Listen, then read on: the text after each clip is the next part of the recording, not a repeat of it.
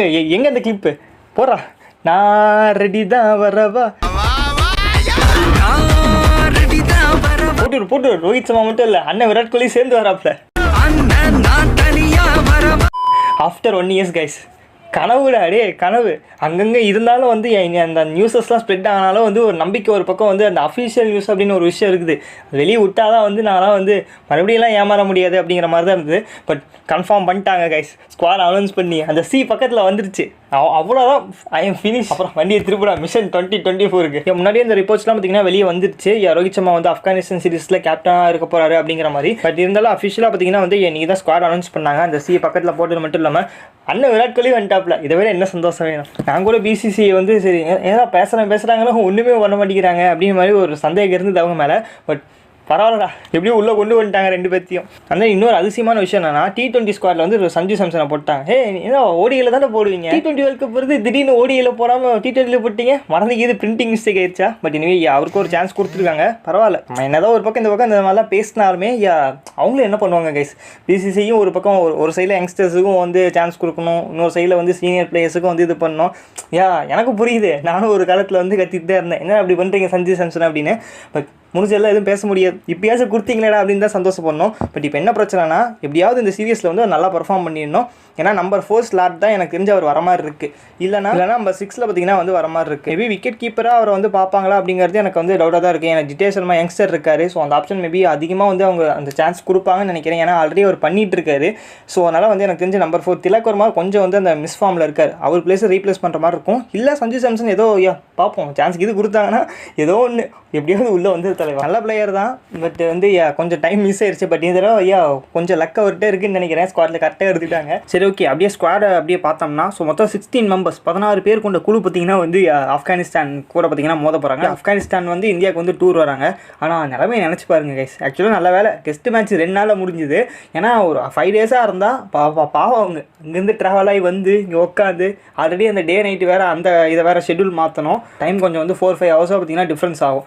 அதுக்கு அடாப்ட் பண்ணி அதுக்கப்புறம் மாற்றி இங்கே வந்து செட்டில் ஆகி அப்புறம் இதுக்கு இந்த பிச்சுக்கு ஏற்ற மாதிரி வந்து பேட்டிங் இதெல்லாம் மாற்றி எவ்வளோ வேலை. 2 நாளாக முடிஞ்சது கொஞ்சம் ஈஸியாக இருக்கும் பேட்டர்ஸுக்கெல்லாம். கொஞ்சம் எக்ஸ்ட்ரா டைம் கிடச்சிருக்கும். அவங்களும் கொஞ்சம் இந்த ரிலாக்ஸு அதெல்லாம் வந்து இருக்கணும். சரி ஓகே, ஸோ இந்த பக்கம் பார்த்தீங்கன்னா வந்து அப்படியே ஸ்குவாடை பார்த்தோம்னா, ஸோ ரோஹித் சர்மா மறுபடியும் back as a captain. And then அது கூட அதையும் இதெல்லாம் தாண்டி ஒரு பெரிய சந்தோஷம், விராட் கோலி பார்த்தீங்கன்னா நியூஸே பெருசாக தெரியல. ரோஹித் சர்மா கட்டியும் விராட் கோலி கட்டியும் பார்த்தீங்கன்னா வந்து பிசிசி மெம்பர்ஸ் எல்லாம் பேசினாங்க அப்படிங்கிறலாம் தெரியும். ரோஹித் சர்மா வந்து கேப்டனாக லீட் பண்ணுறதுக்கான சான்சஸ் இருக்குது அப்படின்னு சொல்லி சொன்னோன்னே சரி ஓகே, அப்போ கன்ஃபார்மாக வந்து ரோஹித் சர்மா வந்து அட்லீஸ்ட் இப்படி விளாண்டுருவார் அப்படிங்கிற ஒரு நம்பிக்கை இருந்தது. பட் விராட் கோலி கிட்ட இருந்து எந்த ஒரு அப்டேட்டுமே இல்லை. விராட் கோலிட்ட பேசினாங்க அப்படிங்கிற அப்டேட்டை தவிர எதுவுமே பார்த்தீங்கன்னா வந்து இல்லை. ஃபேக் நியூஸு கூட ஏதோ அங்கங்கே வரும், அது கூட வரல சுத்தமாக. சரி, எனக்கு வந்து இருந்தாலும் வந்து லைட்டாக ஒரு பயம் இருந்தது. ஒருவேளை வந்து இல்லை அப்படிங்கிறது கடைசி மினிட்ல சொல்லிடுவாங்களோ, விராட் கோலி வந்து இல்லை நான் வந்து T20 ஆடல அப்படிங்கிறத சொல்லிடுவார் அப்படின்னு நினச்சேன். நல்ல வேலை ஸ்குவாடில் வந்து பேர் வந்தோன்னே தான் சொந்தன்னு பார்த்தீங்கன்னா வந்து சிவம் துபே. ஸோ அவர் ஆக்சுவலாக பார்த்தீங்கன்னா வந்து எனக்கு தெரிஞ்சு அயர்லாந்து சீரியஸில் பார்த்ததுன்னு நினைக்கிறேன். அதுக்கப்புறம் இங்கேயும் இல்லை. ஸோ அவர் பார்த்தீங்கன்னா வந்து கம்பேக் ஆகிறாரு. அந்த வந்து ஸ்பின் டிபார்ட்மெண்ட்டை கொஞ்சம் வந்து இந்தியன் டீம் வந்து இன்னும் கொஞ்சம் அந்த கன்ஃபர்மேஷன் ஆகலை. ஸோ அக்ஷர் பட்டேல் இருக்காரு, ரவி பிஷ்ணோய் இருக்காரு, அதுக்கப்புறம் வாஷிங்டன் சுந்தர், குல்தீப், இவ்வளோ ஆப்ஷன்ஸ் இருக்குது ஸ்பின்னர்ஸில். இதில் என்ன ஒரு அட்வான்டேஜ்னா, இந்த ஸ்பின்னர்ஸ் பார்த்தீங்கன்னா வந்து அக்ஷர் பட்டேல் அண்ட் தென் வந்து இன்னொரு சைடில் வந்து வாஷிங்டன் சுந்தர் 2 பேரும் ஆல்ரவுண்டர்ஸ். லைட்டாக வந்து அந்த பேட்டிங் டெப்த்தை கொஞ்சம் இன்க்ரீஸ் பண்ணுறது மட்டும் இல்லாமல் குவாலிட்டி ஸ்பின்னர்ஸ் சும்மா வந்து போடுறவங்க கிடையாது. வாஷிங்டன் சுந்தர்லாம் சூப்பராக போடுவார். அக்ஷர் பட்டேலும் சொல்லவே தேவையில்ல, நான் அந்த பாயிண்டை மென்ஷன் கூட பண்ண தேவையில்ல. ஏன்னா அந்தளவுக்கு பார்த்தீங்கன்னா வந்து நல்லா போகலாம். ஸோ அதனால் வந்து இவங்க 2 பேரோட அந்த ஒரு அடிஷன் பார்த்தீங்கன்னா வந்து ஸ்பின் டிபார்ட்மெண்ட் தாண்டி ஸோ இந்தியாவோட அந்த பேட்டிங் டெப்த்தையும் கொஞ்சம் வந்து இன்க்ரீஸ் பண்ணி காமிக்குது. ரவி பிஷ்ணையும் சூப்பராக பேட்டிங் ஆடுவார். ஸோ அந்தளவுக்கு ஃபைன் அப்படிங்கிறத தாண்டி இந்த 6 பவுண்ட்ரி அதெல்லாம் வந்து அடித்து பார்த்துருக்கேன். சும்மா சுற்றுறது அப்படிங்கிறத தாண்டி நல்லா ஃபைன் ஷாட்டே ஆடுவார். ஸோ எனக்கு தெரிஞ்ச இந்த ஸ்பின்னர்ஸில் கொஞ்சம் வந்து அந்த ஒரு குழப்பம் இருக்குது. அதனால் வந்து இருக்கிற எல்லாத்தையும் தூக்கி போட்டு யார் அப்படிங்கிறத பார்த்தீங்கன்னா வந்து கன்ஃபார்ம் பண்ணிடுவாங்கன்னு நினைக்கிறேன்.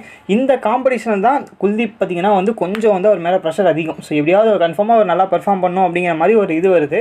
ஏன் அப்படின்னா ரவி பிஷ்ணையும் ஒரு ஸ்பின்னர் தான்.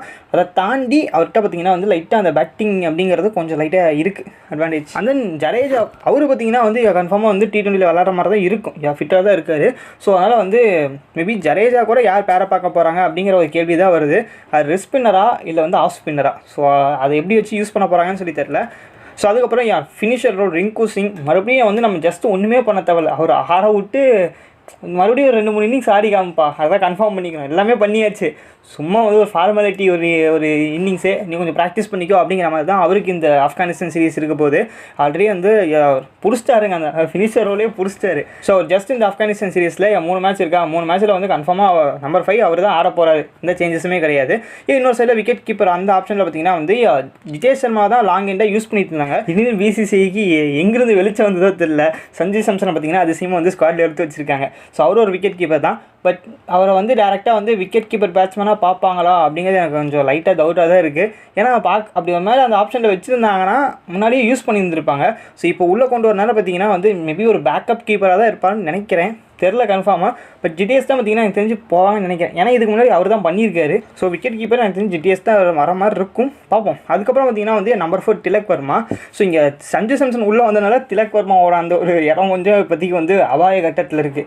ஏன்னா ஒரு வேளை Sanju Samson wicket keeper role எடுக்கலினா நம்பர் 4 பார்த்தீங்கன்னா வந்து சஞ்சு சாம்சனை வைக்கிற மாதிரி இருக்கும். அவர் ஆல்ரெடி இந்த பிளேஸில் தான் ஆடிட்டு இருந்திருக்காரு. அவர் எல்லாமே பண்ணுவாருங்க, நீ டீமில் எடுத்தாவே போதும், அவர் இருக்கிற இதுக்கு எங்கே கொடுத்தாலும் நான் ஆடுவேன்டா அப்படிங்கிற மாதிரி தான் அவர் இருப்பார். ஸோ அதனால் வந்து திலக் வர்மா கொஞ்சம் அவருக்கு ஒரு முக்கியமான ஒரு இது, ஏன்னா அந்தளவுக்கு பெருசாக வந்து அந்த பெரிய பெர்ஃபார்மன்ஸ் அப்படின்றதுக்குன்னா எதுவுமே வரல. அது ரீசெண்ட் இன்னிங்ஸ்லாம் கொஞ்சம் சுமாராக தான் இருந்திருக்கு. ஸோ அதனால் திலக் வர்மா கொஞ்சம் வந்து அவரோட பொசிஷன் கொஞ்சம் இந்த சீரீஸில் வந்து டவுட் செய்யப்படும். அதுக்கப்புறம் ஓப்பனிங் ஸ்பாட்டு ரோஹித் சர்மா உள்ளே வந்ததுனால டேரெக்டாக அவர் தான் ஓப்பன் பண்ண போகிறாரு.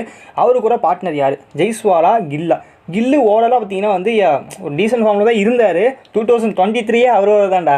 பட் ஆக்சுவலாக பார்த்தீங்கன்னா வந்து அந்த டெஸ்ட் சீரியஸில் பெருசாக பண்ணல அப்படிங்கிற அந்த ஒரு காரணம் பெருசாக அவரோட மற்ற ஃபார்மேட்டையும் பார்த்தீங்கன்னா லைட்டாக பாதிக்கிற மாதிரி இருக்குது. அது ஜஸ்ட்டு ஓவராலாக வந்து மக்கள் பார்க்குற மாதிரி இருக்குது. கில்லா கொஞ்சம் வந்து ரீசெண்ட் ஃபார்ம் இல்லைப்பா, ரீசெண்ட் ஃபார்ம் இல்லையா, 2023 வர்றா மொத்தமாக எவ்வளோ அடிச்சிருக்காங்க, அவன் தான்டா highest score, second highest score. But இருந்தாலும் ரீசெண்டாக பார்த்தீங்கன்னா வந்து கொஞ்சம் ஃபார்மேட்டில் தான் இருக்காப்புல. பட் T20 அப்படிங்கிறது நம்ம சொல்ல முடியாதுல்ல, ஏன்னா ஆடியோ ரொம்ப நாள் ஆகுது. ஸோ அதனால் வந்து அவர் இருப்பாங்களா அப்படிங்கிறது எனக்குமே டவுட்டாக தான் இருக்குது இந்த ரீசன்னால். எஸ்எஸ்வி ஜெய்ஸ்வால் கொஞ்சம் ஒரு மாதிரி நல்லா இருக்கிற மாதிரி தான் தெரியுது. அதனால் லெஃப்ட் ஹேண்டர் அப்படிங்கிற அந்த காரணத்தால் maybe Rohit Jaiswal partnership opening பார்ட்னர்ஸாக இருக்கிறதுக்கான சான்ஸ் கொஞ்சம் அந்த லெஃப்ட் ஹேண்டருங்கிற ரீசனால் கொஞ்சம் அதிகமாக இருக்கும்னு நான் நினைக்கிறேன். இவங்களில் யார் ரோஹித் சர்மா கூட ஆட போகிறாங்க அப்படிங்கிறது பார்த்திங்கன்னா கொஞ்சம் வந்து ஒரு காம்ப்ளெக்ஸான கேள்வி தான். அதான் ஒன் டவுனில் விராட் கோலி தான். இது என்ன பேச்சுது, அதான் வந்துட்டார் அவ்வளோதான், நீங்கள் அந்த அதெல்லாம் எதுவுமே பேசக்கூடாது. மொத்தமாக கவர் பண்ணுறதுலாம் கவர் பண்ணிட்டுன்னு நினைக்கிறேன். ஸோ இதில் யாரும் விட்டு போகலை. ஆவேஷ் கான் வந்து இப்போ ஸ்ட்ரைட்டாகவே இந்தியன் டீம் வந்து பிளேயிங்கில் ஒரு எடுத்தாங்கன்னா அர்ஷ்தீப், முகேஷ் குமார் 2 பேர் தான் கன்ஃபார்ம். எனக்கு தெரிஞ்சதில் எந்த சேஞ்சுமே இல்லை. ஸோ ஆவேஷ் கானை வந்து இப்போ எங்கே வந்து உள்ளே கொண்டு வந்து வச்சு ஆட போகிறாங்கன்னு சொல்லி தெரில. அவர் ஒருத்தர் தவிர மற்ற எல்லாமே எனக்கு வந்து ஓகே அப்படிங்கிற மாதிரி தான் தெரியுது. ஸோ கொஞ்சம் ஒரு பிளேஸ் டவுட்டு தான், பார்ப்போம். ஸோ உங்களோட பிளேயிங் லெவல் ஸோ அதை போட்டு விடுங்க பார்க்கலாம். எனக்கு தெரிஞ்ச என்னோடய பெஸ்ட்டு பிளேயிங் லெவல் இதுதான். ஜஸ்ட் இந்த சீரீஸில் ஃபுல்லாகவே வந்து ட்ரை பண்ணி பார்க்க போகிறாங்க, யார் எப்படி செட் ஆவாங்க அப்படிங்கிற மாதிரி தான் இருக்கும். ஸோ அதனால் வந்து பெருசாக பிளேயிங் லெவலில் அடிக்கடி அந்த மாற்றங்கள் வந்து பார்த்துக்கிட்டே இருக்கலாம்னு நினைக்கிறேன். ஹர்திக் பாண்டியா முன்னாடியே நமக்கு தெரியும். ஸோ ஒரு ஐபிஎல் விளையாடுறதே அப்படிங்கிறது பார்த்திங்கன்னா டவுட்டு தான். ஸோ அதனால் வந்து அன்அவைலபிள் தான். இன்னும் அவர் பார்த்திங்கன்னா க்யூர் ஆகலை இன்ஜுரியிலேருந்து. இன்னொரு சைடில் சூரியகுமார் யாதவ். ஸோ அவர் பார்த்திங்கன்னா வந்து போன T20 மேட்ச் சவுத் ஆஃப்ரிக்காவில் பார்த்திங்கன்னா கொஞ்சம் வந்து அவருக்கு இன்ஜுரி ஆனதுனால அந்த பிரச்சனையால் பார்த்திங்கன்னா வந்து அவர் இன்னும் க்யூர் ஆகலை. ஸோ அதனால் அவருமே பார்த்திங்கன்னா வந்து இந்த சீரீஸில் இல்லை. அவர் வந்துட்டார்னா இப்போ சஞ்சு சாம்சனு திலக் வர்மா 2 பேருமே வந்து வெளியே போகிற மாதிரி இருக்கும். ஏன்னா ஆல்ரெடி விராட் கோலி நம்பர் 3 வந்துட்டார். நம்பர் 4 பார்த்திங்கன்னா வந்து இவர் வந்துடுவார். ஸோ அங்கே வந்து இப்போ வந்து சும்மா வந்து ஒரு பேக்கப்புக்காக பார்த்தீங்கன்னா வந்து அடுத்த ஆப்ஷனை யார் வைக்க போகிறோம் அப்படிங்கிற ஐடியாவுக்கு பார்த்தீங்கன்னா திலக்கும் சஞ்சு சாம்சனும் ஆடுற மாதிரி தான் தெரியுது. சஞ்சு சாம்சன் கூட விக்கெட் கீப்பிங் அப்படின்னு சொல்லி கூட பார்த்தீங்கன்னா வந்து அவர் போயிடுவார். திலக் வர்மாவோட பொசிஷன் கொஞ்சம் ட்ரபுளாக தான் இருக்குது. அதனால தான் இங்கே பிரச்சனை. அவர் கன்ஃபார்மாக பர்ஃபார்ம் பண்ணாலுமே அவர் உட்கார தான் போகிறாரு அப்படிங்கிற மாதிரி தான் வந்து இருக்குது. ஸோ இப்போ திலக் வர்மா பொசிஷன் பார்த்தீங்கன்னா வந்து அவர் என்ன தான் வந்து 3 மேட்ச்லேயும் 3 நூல் அடித்தாலும் கூட ஸோ சூரியகுமார் உள்ளே வந்தோடனே ஸ்ட்ரைட்டாக ரீப்ளேஸ் பண்ணிடுவாங்க திலக் வர்மா, வேறு வழியே கிடையாது. ஸோ அவருக்கு டீமில் கொஞ்சம் வந்து அந்த பிளேஸ் அப்படிங்கிறது டவுட்டு தான். ஸோ பார்ப்போம். தென் வாஷிங்டன் சுந்தர். ஸோ ரீசெண்ட் டைமில் நல்ல ஃபார்மில் தான் இருக்கார். பட் பாவங்க அவர் கரெக்டாக அந்த சான்ஸே கிடைக்க மாட்டேங்குது. ஏஷியா கப்லேயும் அதே மாதிரி தான் ஃபைனலில் மட்டும் கஷ்டப்பட்டு பிளேன்லாம் பிடிச்சி பார்த்தீங்கன்னா வந்து நைட்டாக போய் டீமில் போய் ஜாயின் பண்ணால் அந்த மேட்ச் அரை மணி நேரத்துலேயே முடிஞ்சு. அதனால் வந்து லைட்டாக வந்து அவருக்கு அந்த சான்ஸ்லாம் மிஸ் ஆகிட்டே இருந்தது. முன்னாடியே வந்து சீரியஸில் எடுத்திருந்தாங்க. பட் மறுபடியும் அவருக்கு பார்த்தீங்கன்னா வந்து கரெக்டான சான்ஸ் எதுவுமே கிடைக்கல. ஸோ இந்த சீரியஸ்லேயே அவர் இருக்கார். பட் என்ன பிரச்சனைனா அக்ஷர் பட்டேல் அந்த வந்து வாஷிங்டன் சுந்தர் 2 பேருமே ஆல்ரவுண்டர்ஸ் தான். இதை தாண்டி 2 பேரும் ஸ்பின்னர்ஸ். ஸோ இன்னொரு ஆக்சுவலி இந்த சீரியஸில் அவங்க ப்ளே பண்ணாலுமே அவங்க பிளேஸ் எதுவுமே கன்ஃபார்ம் அப்படின்னு சொல்ல முடியாது. ஏன்னா வந்து பின்னாடி பார்த்தீங்கன்னா ஸ்ரேயஸ் ஐயர் இருக்கார், KL ராகுல் இருக்கார். அதை தாண்டி பார்த்தீங்கன்னா வந்து இஷான் கிஷான், ருத்ராஜ் கைக்வாட் அவர் வேறு பார்த்தீங்கன்னா வந்து கொஞ்சம் இன்ஜூரியில் இருக்கார். ஸோ இங்கே ஆல்ரெடி இந்த சீரியஸ்லேயே வந்து எஸ்எஸ்வி ஜெய்ஸ்வால் சுக்மன் கில்லும் பார்த்திங்கன்னா வந்து ஓப்பனிங்கில் வந்து அவங்க 2 பேருக்குள்ள ஒரு காம்படிஷன் இருக்கும், யார் வந்து ரோஹித் கூட பேர் பண்ண போகிறாங்க அப்படின்னு. இது போக ருத்ராஜ் வேறு பார்த்திங்கன்னா அவர் இன்ஜூரியில் இருக்கார். ஸோ அவர் வந்து கம்பேக் ஆனார்னா அவர் பார்த்திங்கன்னா எப்படி போடும். இப்போ பார்க்க போனால் வந்து இந்தியா பின் ரெண்டு டீமாக பிரித்து வேர்ல்டு கப் ஆட விடலாம் போல். பரவாயில்ல, 2 பேரில் ஒருத்தர் ஜெயிச்சா கூட வந்துடல கப். 2 பேருமே ஃபைனல் விட்டு அப்போ எப்படியோ ஒரு கப்பு இந்தியாவுக்கு வந்துடல அப்படிங்கிற மாதிரி தான் வந்து சுச்சுவேஷன் இருக்குது. அவ்வளோ பவுலிங் ஆப்ஷன்ஸும் சரி, எல்லா ஆப்ஷன்ஸுமே இருக்குது. தீபக் சாகர் ஒரு பக்கம் இருக்கார். ஸோ அதனால் வந்து எதுவுமே கன்ஃபார்ம் பண்ண முடியாது.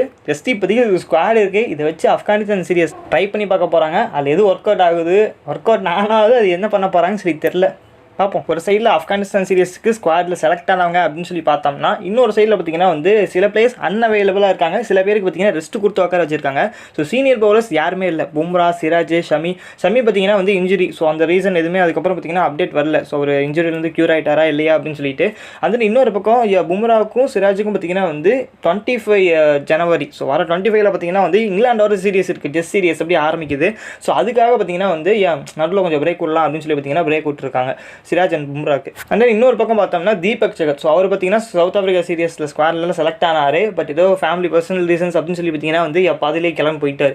ஸோ அவரையும் பெருசாக அப்டேட் எதுவும் வரல. அது மட்டும் இல்லாமல் பார்த்தீங்கன்னா வந்து அந்த ரீசனால் ஆவேஸ் கான் பார்த்தீங்கன்னா வந்து அந்த டீமில் பிளேஸ் ஆகாது இந்த ஆப்கானிஸ்தான் சீரியஸில். அண்ட் தென் இன்னொரு பக்கம் பார்த்தீங்கன்னா கேஎல் ராகுல். ஸோ அவருக்கும் மேபி வந்து என்ன ரீசன் அப்படின்னு சொல்லி தெரில. மேபி அந்த ஒர்க் லோட் அப்படிங்கிற ரீசனாக கூட இருக்கலாம். ஸோ மறுபடியும் டெஸ்ட் சீரியஸுக்கு பார்த்தீங்கன்னா அவங்க கன்ஃபார்மாக ஆடணும் அப்படிங்கிறதுனால இங்கிலாண்டோட. ஸோ அதுக்காக பார்த்தீங்கன்னா அவருக்கு ரெஸ்ட்டு கொடுத்துருக்கலாம். அண்ட் தென் ஸ்ரேயஸ் ஐயர் ஏன்டா எடுத்தீங்க, ஏன் எடுத்தாங்க, உள்ளே கொண்டு வந்தாங்க, ஓகே, அப்புறம் திடீர்னு பார்த்தீங்கன்னா ட்ராப் பண்ணிட்டாங்க. இப்போ இந்த சீரியஸில் அவர் விளையாட போகிறதே கிடையாது.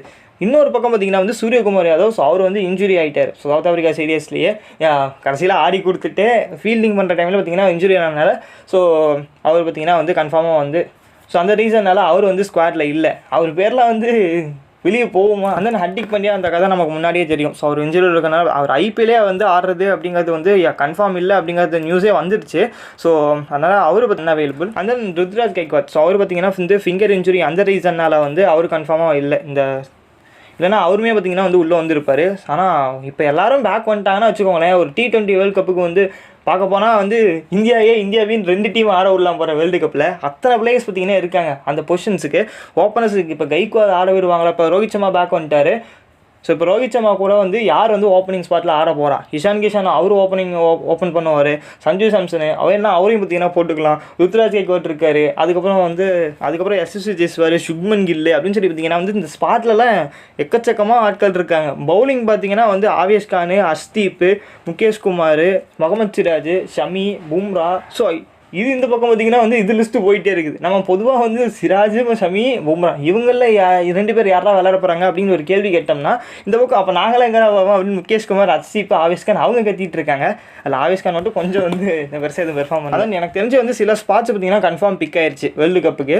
ஸோ ரோஹித் சர்மா ஓப்பனர், அதுக்கப்புறம் 1 டவுனில் Virat Kohli, and then Rinku Singh confirm definite ஆயிடுச்சு. இந்த ஆல்ரவுண்டர் பொசிஷனில் இன்னும் சில கேள்விகள் இருக்குது. ஸ்பின் டிபார்ட்மெண்ட்லேயும் இதே கதை தான். ஸோ ரவி விஷ்ணு இருக்கார், ஜடேஜா வேறு இருக்கார். அவரும் பார்த்தீங்கன்னா வந்து ரெஸ்ட் கொடுத்துருக்காங்க போல் இந்த சீரியஸுக்கு.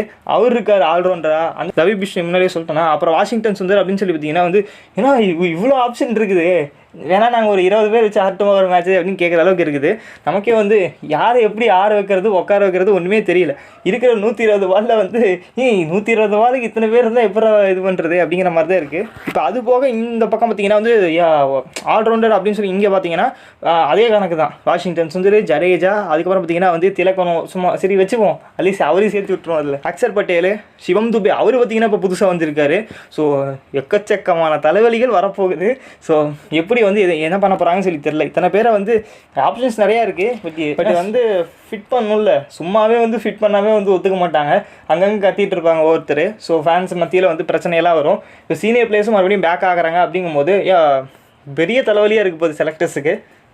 அதான் அவங்க முன்னாடியே சொல்லிட்டாங்க, ஒரு 30 பேரை நாங்கள் வந்து ஐபிஎல்லில் வந்து செலக்ட் பண்ண போகிறோம், 2 டீமாக போட்டு பிரித்து அதில் வந்து பெஸ்ட்டு யாரோ அந்த டீமை வந்து நம்ம வேர்ல்டு கப்பு ஆட வைக்க போகிறோம் அப்படிங்கிற மாதிரி சொல்லியிருந்தாங்க. அதில் மிடில் ஆர்டர் அப்படின்னு சொல்லி பார்த்தீங்கன்னா அதில் வந்து திலக் வர்மா இருக்கார், ரிங்கு சிங் வருவார், அப்புறம் வந்து ஜடேஜா இருக்கார், கேஎல் ராகுல் இருக்கார், ஸ்ரேயஸ் ஐயர் இருக்கார், இஷான் கிஷான், இந்த மாதிரி பார்த்தீங்கன்னா வந்து பல பேர் இருக்காங்க.